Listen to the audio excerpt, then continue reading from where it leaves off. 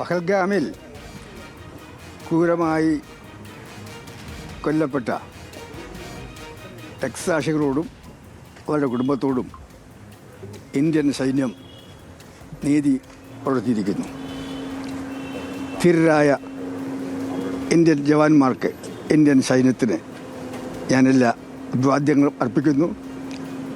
ഒരു big salute Indian സൈന്യത്തിന് ഞാൻ ആഗ്രഹിക്കുകയാണ്. ഭീകരർക്കെതിരായിട്ടുള്ള ഏത് നടപടിക്കും രാജ്യം ഒറ്റക്കെട്ടാണ്. അതുകൊണ്ട് തന്നെ ഭീകരർക്കെതിരായി നടത്തുന്ന എല്ലാ ശ്രമങ്ങൾക്കും ഗവൺമെൻറ്റിന് പൂർണ്ണ പിന്തുണ നൽകാൻ ആഗ്രഹിക്കുകയാണ്. മുമ്പെങ്ങും ഉണ്ടാകാത്ത നിലയിൽ ടൂറിസം തകർന്നിട്ടും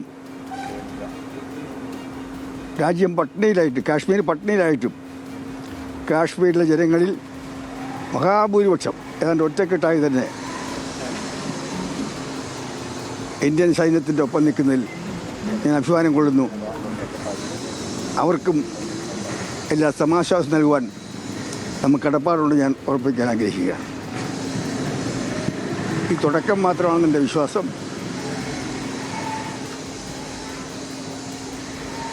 പാക് സൈന്യത്തിൻ്റെ തൊട്ട് പിറകിലുള്ള അതിർത്തിയിലെ ഭീകരരുടെ ക്യാമ്പുകൾ തുടച്ചു മാറ്റുവാൻ ആവശ്യമായ നടപടികളുമായി ഇന്ത്യൻ സൈന്യം മുന്നോട്ട് പോകുമെന്ന് എനിക്ക് ഉറപ്പുണ്ട്. പക്ഷെ എപ്പോൾ, എങ്ങനെ എന്നുള്ളത് അത് അവരുടെ തീരുമാനമാണ്. ഗവൺമെൻറ് സൈന്യത്തിന് ക്ലിയറൻസ് കൊടുത്തിട്ടുണ്ട്. ഇനി വേണ്ടത് സൈന്യത്തിൻ്റെ നടപടികളാണ്. സൈന്യം നടപടി ആരംഭിച്ചിരിക്കുന്നു. മറ്റ് നടപടികൾ എന്നതിനെക്കുറിച്ച് ഞാൻ ചർച്ച ചെയ്യാൻ ആഗ്രഹിക്കുന്നില്ല. അതെല്ലാം സൈന്യത്തിൽ വിട്ടുകൊണ്ടിരിക്കുന്നു. എനിക്ക് ഇന്ത്യൻ സേനയിൽ പൂർണ്ണ വിശ്വാസമുണ്ട്. അപ്പോൾ തുടക്കം നന്നായിരിക്കുന്നു. ഇനിയും കൂടുതൽ ഭീകരർക്കെതിരായ നടപടി ഉണ്ടാകുമെന്ന് ഞാൻ പ്രതീക്ഷിക്കുന്നു. ഇത്രയേ ഉള്ളൂ. തൊട്ടടുത്ത് ഈ ചൈനയും അതുപോലെ മറ്റു രാജ്യങ്ങൾ, ബംഗ്ലാദേശ് അടക്കമുള്ള രാജ്യങ്ങൾ പാകിസ്ഥാനെ പിന്തുണയ്ക്കുന്നതൊക്കെ ആശങ്കപ്പെടുത്തുന്നതാണ്. അത്തരം ചർച്ചയ്ക്കൊന്നും ഞാൻ പോകാൻ ആഗ്രഹിക്കുന്നില്ല. സൈനിക നടപടിയിൽ എപ്പോഴും ചില ലക്ഷ്യങ്ങളുണ്ട്. അതോടൊപ്പം തന്നെ എല്ലാവരും നമ്മളെ പിന്തുണയ്ക്കുന്ന ഒരിക്കലും പ്രതീക്ഷിക്കാറില്ല. പക്ഷേ ഇന്ത്യയുടെ കൂടെ ലോകത്തിൻ്റെ മനസാക്ഷിയുണ്ടെന്ന് ഞാൻ വിശ്വസിക്കുന്നു. ആദ്യമായി ലോക മനസാക്ഷി ഏതാണ്ട് ഇത്രയും കൂടുതൽ ഇന്ത്യയുടെ കൂടെ നിന്നൊരു കാലഘട്ടമില്ല. കാരണം ഇന്ത്യ നടത്തുന്നത് യുദ്ധമല്ല, ഇന്ത്യ നടത്തുന്നത് ഭീകരർക്കെതിരായിട്ടുള്ള നടപടിയാണ്, തിരിച്ചടിയാണ്. ഇന്ന് ലോകം നേരിടുന്ന ഏറ്റവും വലിയ വെല്ലുവിളി ഭീകരതയാണ്. അത് അമേരിക്കയെന്നോ ചൈനയെന്നോ റഷ്യയെന്നോ പശ്ചിമേഷ്യയെന്നോ ഗൾഫ് മേഖലയെന്നോ ഇറാനെന്നോ നോക്കുന്ന എല്ലാ രാജ്യങ്ങളിൽ നിന്ന് ഭീകരത നേടുകയാണ്. അതുകൊണ്ട് തന്നെ ഇന്ന് ലോകത്തൊരു സമന്വയം തന്നെ വന്നിട്ടുണ്ട്. ഭീകരതയ്ക്കെതിരായിട്ടുള്ള നടപടികൾക്ക് ലോകത്തിൻ്റെ ഒരു പൊതുവായിട്ടുള്ള സമന്വയമുണ്ട്. അതുകൊണ്ട് ലോകത്തിൻ്റെ മനസ്സാക്ഷി, ലോകരാഷ്ട്രങ്ങളുടെ പൊതു സപ്പോർട്ട് ഇന്ത്യക്കായിരിക്കുമെന്ന് വിശ്വസിക്കുന്നു. ഒറ്റപ്പെട്ട ചിന്താഗതിക്കാരുണ്ടാകും. പക്ഷെ പൊതുവെ ലോകത്തിൻ്റെ മനസ്സാക്ഷി, രാഷ്ട്രങ്ങൾ മാത്രമല്ല ലോക ജനത ഭീകരതയെ ഇന്ന് ഏറ്റവും കൂടുതൽ വെറുക്കുന്നു. അപ്പോൾ ഭീകരതയ്ക്കെതിരായി, കാരണം ഇന്ത്യയിലെ നിരപരാധികളായിട്ടുള്ള ടൂറിസ്റ്റുകളെ അവരെ കൊടുക്രൂരമായി കൊലപ്പെടുത്തിയ ഭീകരരോട് ലോകത്തിൽ സിമ്പതിയുള്ള ആരോടും ഞാൻ കരുതുന്നില്ല. അതുകൊണ്ട് ഇന്ത്യയുടെ കൂടെ ലോക മനസാക്ഷി ഉണ്ടാകും. ഇന്ത്യൻ സൈന്യത്തിലേക്ക് വിശ്വാസമുണ്ട്. ഇന്ത്യൻ സൈന്യം എന്ത് ത്യാഗം സഹിച്ചും അവരെ രാഷ്ട്രം ഏർപ്പെടുത്തുന്ന ദൗത്യം വിജയിപ്പിക്കാൻ വേണ്ടി പോരാടും എനിക്ക് ഉറപ്പുണ്ട്. ഇനി എന്തൊക്കെ ചെയ്യണമെന്ന് സൈന്യത്തിൽ വിട്ടുകൊടുക്കുക ഞാൻ ചർച്ചയ്ക്കില്ല. പക്ഷേ ഇത് അവസാനമല്ല, തുടക്കം മാത്രമാണ്. ഇനിയുള്ള കാര്യങ്ങൾ സൈന്യത്തിൽ വിട്ടുകൊടുക്കുക. കാരണം ഗവൺമെൻറ് അതിൻ്റെ സൈന്യത്തിൽ വിട്ടുകൊടുത്തിട്ടുണ്ട്. പഹൽഗാമിൽ ഒരു രഹസ്യാന്വേഷണ വിഭാഗത്തിന് എന്തെങ്കിലും വീഴ്ച പറ്റി, അതിലൊരു അന്വേഷണം വേണ്ടതാണ്. ഒരു വിവാദത്തിലും ഞാനില്ല.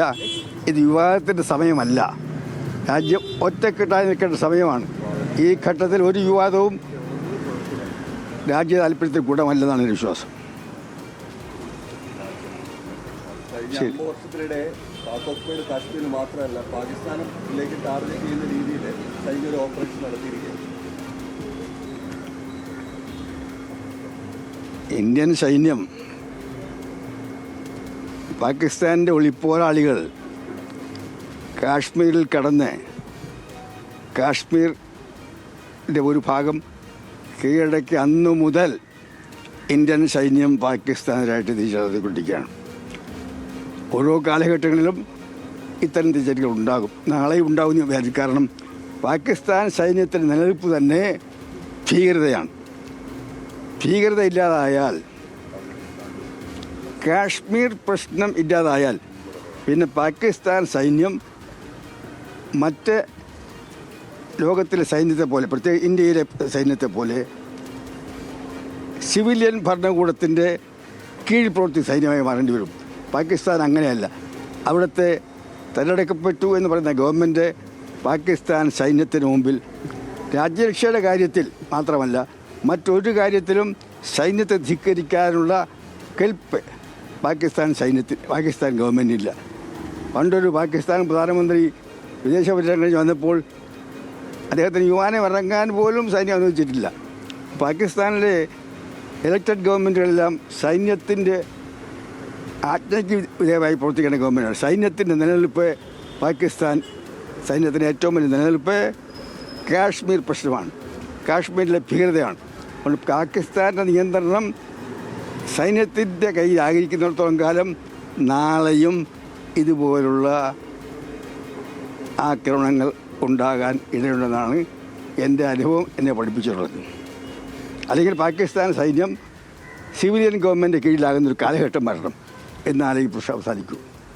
അതുകൊണ്ട് ഇതൊരു അവസാനത്തല്ല, നാളെയും ഉണ്ടാകാം. പക്ഷേ ഇപ്പോൾ വേണ്ടത് പഹൽഗാമിലെ കൊടുംക്രൂരതയ്ക്ക് തിരിച്ചടി നൽകണം.